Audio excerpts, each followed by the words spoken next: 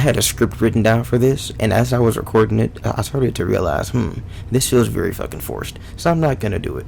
I'm gonna just like have the script here as a backup, and I'm just gonna read over it in my own ad-libbing, because I feel like that's more interesting and more from the heart, if one will. So enough of that bullshit. I'm gonna read off my script now and interject whenever I feel necessary. Let's get started. A lot of the time in video games, we tend to look at the heroes and villains of the game without looking past the surface level whenever it comes to their actions.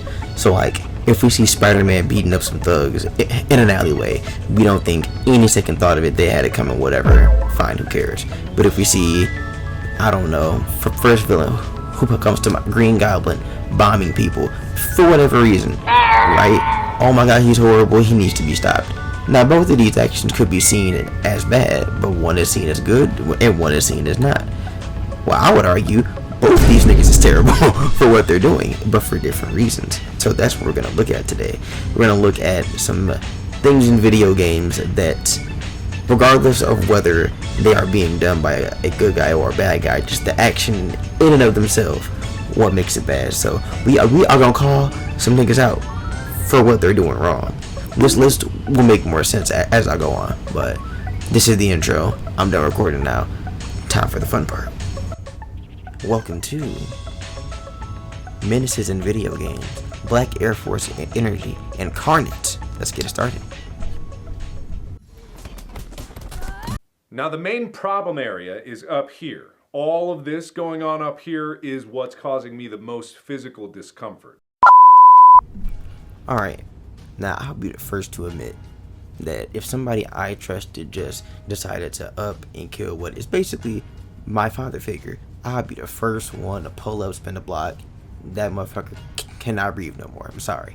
He's going 6 feet under. Now, that being said, the main character in Sifu takes it one step further and proceeds to utterly bully and embarrass niggas with sauce that I thought not possible in a very long time, right? Like, this dude is kicking bottles into people's faces, tripping people with ottomans, and there's even a move where like he'll step on an enemy's ankle and then he'll like slap him in the face, hit him in the arm, and then knock him out in one smooth flurry of hits. He could have just knocked him out in 1 and 2, but no, he chose to actively hold back and mollywop bro in his face. That's disrespectful.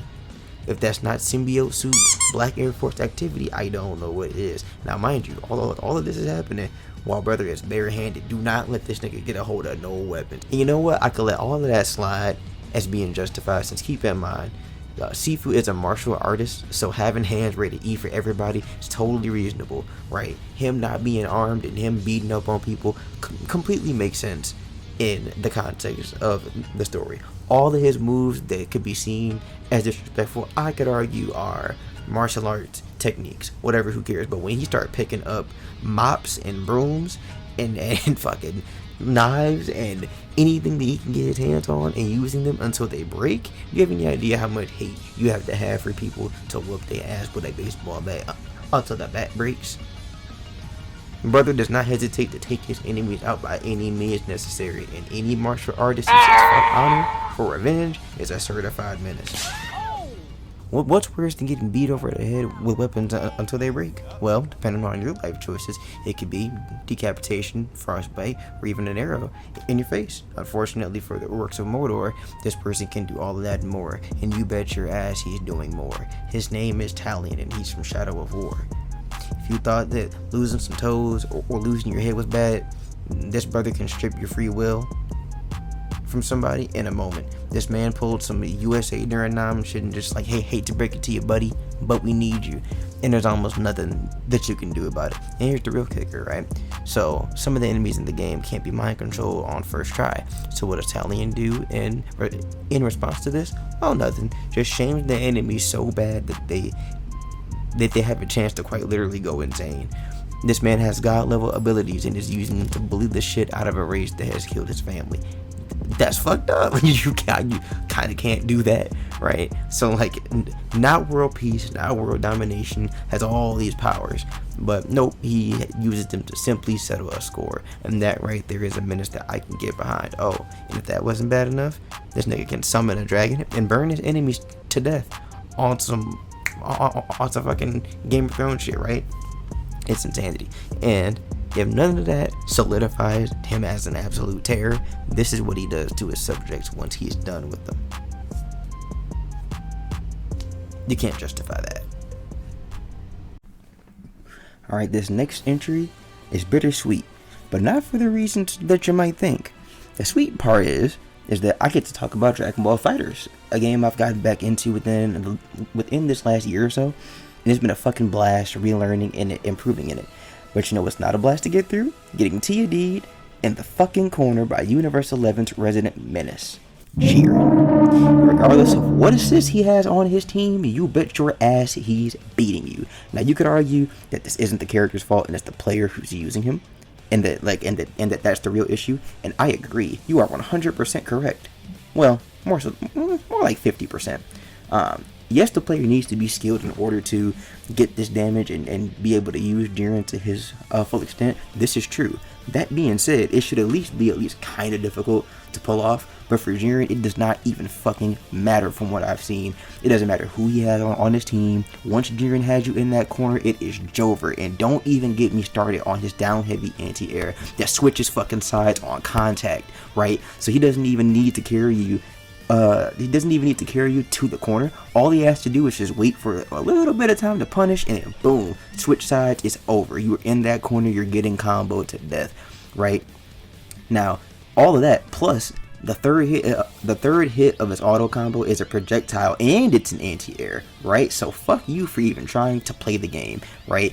Like, it's just fucking hilarious since it hits you way more often than what it should.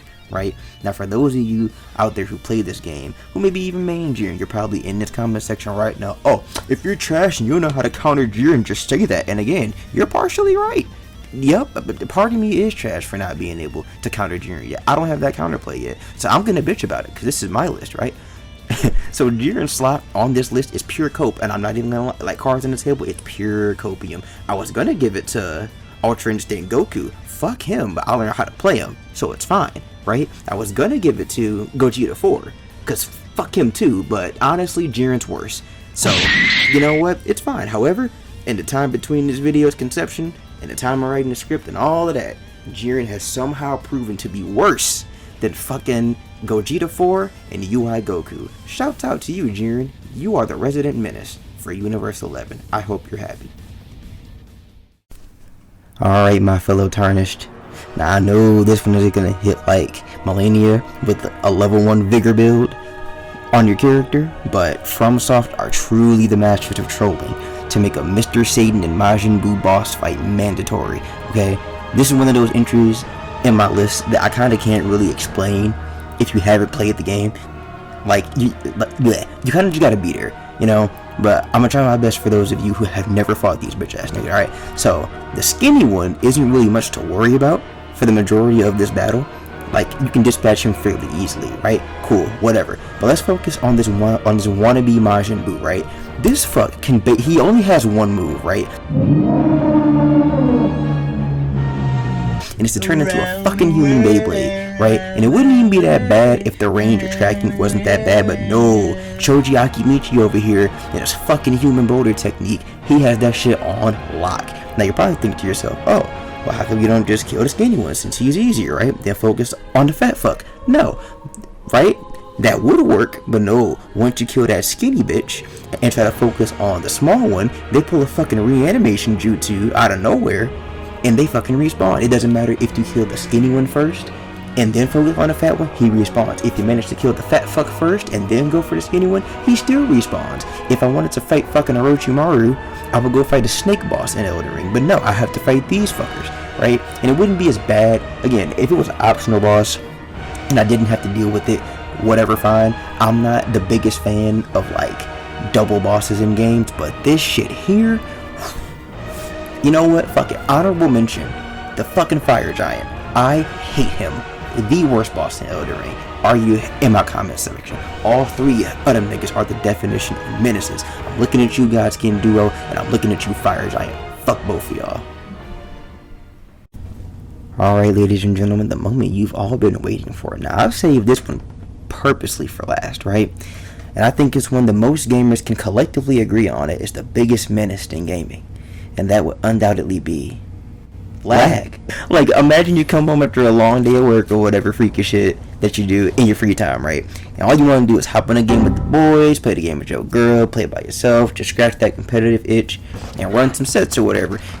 COD fighters, fucking Mortal Kombat, doesn't Rocket League for all I fucking care, right? You boot the game up, and within the first match or so, you think that you're up against hit with how enemies are teleporting and time skipping all over the fucking screen, right? Heaven forbid that you get at least one good match without little Timmy on Chick-fil-A Wi-Fi fucking it up. And let me clarify for this point, I'm specifically talking about getting matched with people with shitty online connection, right? Or maybe it's even your online connection, or maybe the game's servers just suck. I'm looking at you, Apex Legends. I'm looking at you. Please fix your shit, right? But you know what? Now you're paying for the shitty experience, and there's nothing that you can really do about it except either leave the match and take the penalty or whatever, or keep playing and just suffer. So I don't know if you're gonna like yell at the underpaid customer service rep at fucking Xfinity or whoever you have, but it's just not worth it, right? Lag in video games is hands down one of the biggest blights in gaming, and that's cost me more matches than I care to admit. And this is my way of calling out all you hotspot users out there, okay? Stop. Just stop it. Or, honestly, do use your hotspot if it's better than your home Wi-Fi. I understand, right? I understand not everybody has access to decent internet for gaming, and you have my sympathy. That being said, I don't want you running around my match using instant transmission with your 40 kilobytes per second download speed, okay? Now, I'd love to know, what video game do you find has the laggiest opponents? Leave a comment and let me know. I would love to find out. I'm here for the slander. Now, this was a shorter video this time, but hopefully entertaining nonetheless. I've been debating whether or not I want to focus on long form or short form content on this channel. And as much as I would love to get into long topics on some of my favorite video games, anime, whatever things that I do choose to talk about, the audience just isn't there yet. And you know what? I acknowledge that, and that's okay. I just don't have the time to make 15 plus a minute videos consistently. So I have to start planning on focusing more short form content for the foreseeable future. Just to make sure that I have a chance to keep this channel alive. If I try to stick to 20 plus minute content all the time, I'm never going to get shit done. So I would like for the channel to grow and be a big thing, but in the meantime, I have a full 9 to 5. I just don't have time for that shit. So it's a hobby until otherwise, you know, it's a hobby until shit changes. Okay, if the following gets big, I can put more time into it. If it doesn't, it doesn't. Whatever. I'm just here for a good time, and if y'all want to have a good time with me, drop a like, drop a sub, all that YouTube bullshit. And I'm getting a phone call. I'm leaving this in the video. Fuck it. I am not re-recording. This is how y'all know that I'm genuine and I'm not one of the AI channels. Alright, I'm done yapping. Drop a like, sub, all that bullshit. See you later.